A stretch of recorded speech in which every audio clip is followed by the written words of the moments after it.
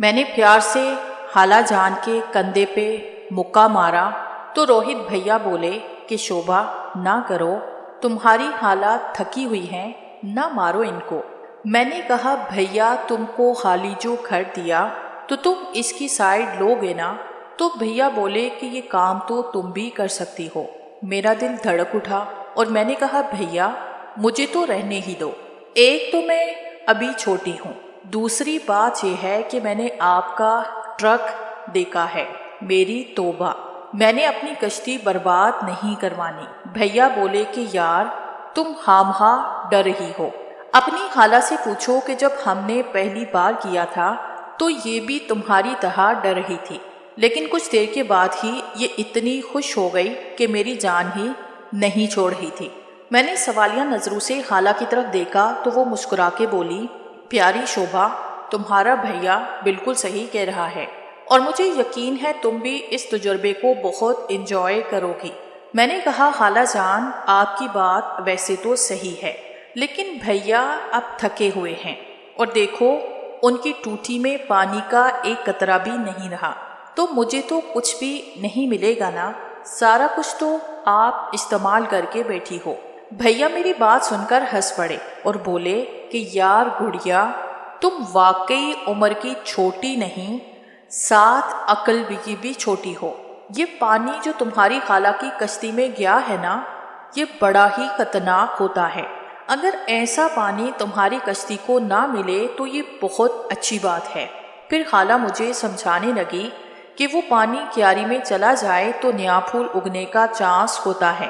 تو میں ساری بات کو سمجھ گئی اور بھیا سے کہا کہ پھر تو ٹھیک ہے، آئندہ سے مجھے اسی وقت پاس بلانا جب آپ کی ٹوٹی کا پانی ختم ہو گیا ہو۔ وہ مسکرا کے بولے میری گڑیا بڑی جلدی چیزوں کو سمجھ لیتی ہے، اس وقت بھی پانی کی چند بوچے بچی ہیں اور تمہارے لیے سنہرا موقع ہے کہ اس سے فائدہ اٹھاؤ۔ میں نے کہا بھیا مجھے پتا ہے کہ آج آپ بھی تھک گئے ہیں اور مجھے بھی نیند آ رہی ہے، تو بہتر ہے کہ ابھی سوتے ہیں، کل یا پرسوں رات کو میرا کام کر دینا۔ ابھی مجھے تھوڑا ڈر بھی لگ رہا ہے کیونکہ میں نے خالہ کی جو ٹھکائی ہوتے دیکھی ہے، تو مجھے اپنی کشتی بہت پیاری ہے، میں اس کو ٹوٹتا ہوا نہیں دیکھ سکتی۔ بھیا میرے صاف انکار پہ مایوس سے ہو گئے تو نیہا خالہ نے مداخلت کرتے ہوئے کہا کہ روہت تم جاؤ کمرے میں ابھی شوبھا کو لے کر آتی ہوں۔ اچھے کام میں دیر نہیں کرنی چاہیے، یہ کام آج رات ہی ہوگا۔ میں نے کہا لیکن خالہ بولی کہ بس خاموش، جو میں کہتی ہوں وہی کرو، اپنے بھیا کو انکار مت کرو، وہ تم سے بڑے ہیں اور تمہارا اتنا خیال رکھتے ہیں، کچھ تو اپنے بھیا کے بارے میں سوچو۔ میں خالہ کی بات سن کر خاموش ہو گئی اور کہا کہ اچھا خالہ جان میں اب کیا کہہ سکتی ہوں، آپ دونوں میرے بڑے ہیں، آپ نے جب میرے لیے فیصلہ کر ہی لیا تو میں انکار نہیں کر سکتی، لیکن پلیز خیال رکھنا میری کچی گڑی کا نقصان نہ ہو جائے۔ نیہا خالہ نے کہا کہ تم فکر مت کرو، روہت سمجھدار لڑکا ہے، اپنی بہن سے زیادہ اس کو کس کا خیال ہوگا، میری کشتی کو تو اس نے دھکے مار مار کے کھول دیا ہے، لیکن تمہارے بارے میں وہ احتیاط سے کام لے گا۔ روہت بھیا تو خالہ کے کہنے پر پہلے ہی اپنے کمرے میں جا چکے تھے۔ اب میں اٹھی اور دھڑکتے دل کے ساتھ ان کے کمرے کی طرف چل پڑی۔ مجھے کافی زیادہ ڈر لگ رہا تھا۔ میں ان کے دروازے پہ جا کے رک گئی اور پھر واپس آ گئی۔ نیہا خالہ نے کہا کیا ہوا خالہ کی جان، تم واپس کیوں آ گئی ہو؟ میں نے کہا خالہ آج پہلا دن ہے، میرا دل گھبرا رہا ہے، آپ بھی میرے ساتھ چلیں؟ تو خالہ بولی کہ ٹھیک ہے چلو میں بھی ساتھ چلتی ہوں، دیکھنا سب کچھ اچھے طریقے سے ہو جائے گا۔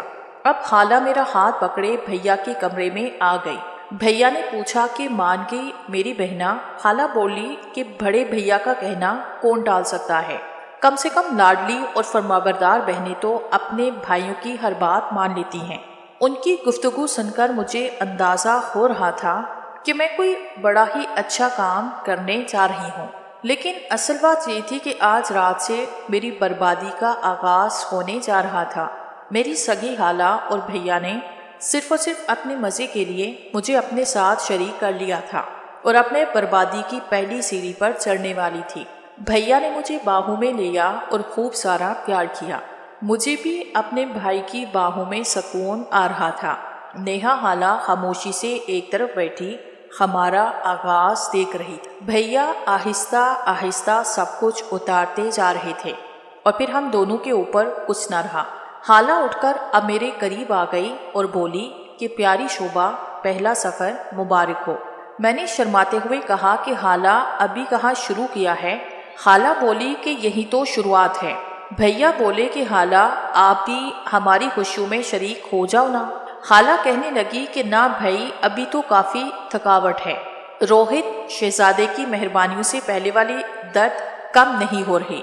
فی الحال تم دونوں کرو موج مستی، میں تم کو دیکھ کر ہی خوش ہو جاؤں گی۔ میں نے دیکھا کہ بھیا کا ٹرک اب پھر سے تیار کھڑا تھا۔ ان کو اوپر بٹھانے کے لیے بالکل نئی سواری مل گئی تھی۔ ظاہری بات ہے اس نے تیار ہونا ہی تھا۔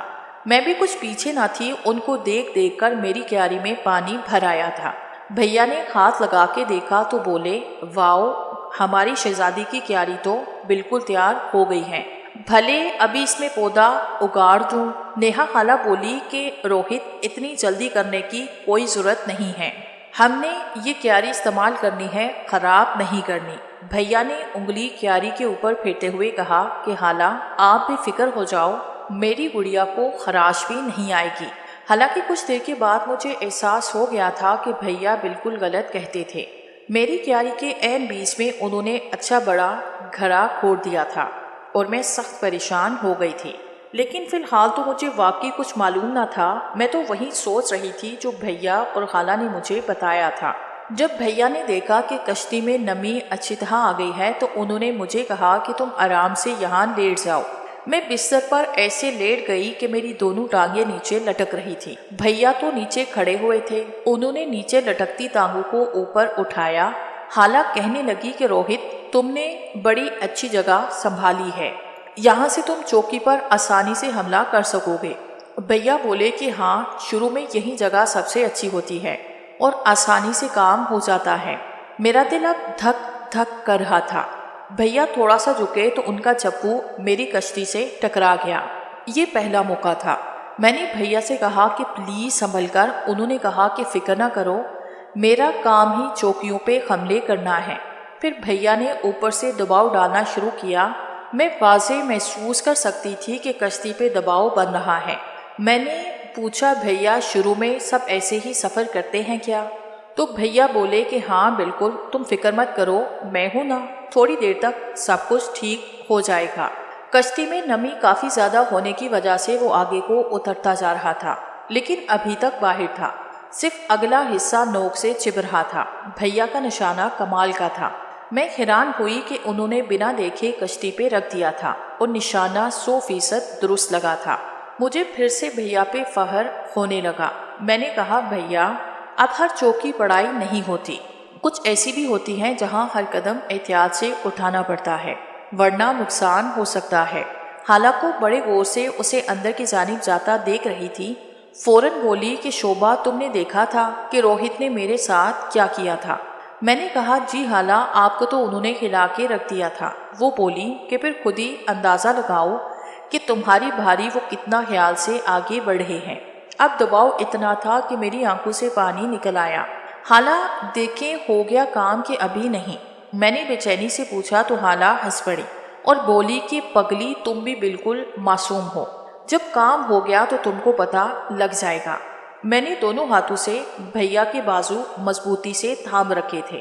وہ بڑے دھیان سے میرے چہرے پر نظریں جمائے ہوئے تھے۔ ان کو میرے تاثرات سے اندازہ ہو رہا تھا کہ ٹرک کہاں تک پہنچا ہے۔ جب وزن تھوڑا اور بڑھا تو میں نے گھبرا کے پوچھا کہ بھیا ہو گیا؟ تو وہ غصے سے بولے کہ چپ رہو، بکواس کیے جا رہی ہو، خاموشی سے لیٹی رہو۔ میں ان کا انداز دیکھ کر سہم گئی۔ انہوں نے آج تک مجھ سے ایسی بات نہیں کی تھی، پھر اچانک پتہ نہیں آج ان کو کیا ہو گیا تھا۔ نیہا خالہ بولی کہ روہت، کیا مسئلہ ہے؟ کیوں ڈانٹ رہے ہو شوبھا کو؟ بھیا بولے کہ یہ اتنا ڈر رہی ہے اور اس کی وجہ سے میں ابھی تک باہر ہی ٹرک گھمائی جا رہا ہوں۔ اگر اس کی جگہ تم ہوتی تو میں کب سے ٹھکائی شروع کر چکا ہوتا۔ خالہ بولی کہ یار تمہاری بات صحیح ہے، لیکن یہ بھی تو دیکھو بیچاری کی چھوٹی سی کشتی ہے اور آج اس کا پہلا دن ہے، تم اس کے ساتھ یوں تو پیش مت آؤ۔ میں نے پانی سے بھری آنکھوں سے بھیا کی طرف دیکھتے ہوئے کہا کہ بھیا بھگوان کے واسطے نیچے اتر آؤ۔ اس ناول کا اگلا پارٹ سننے کے لیے ہمارے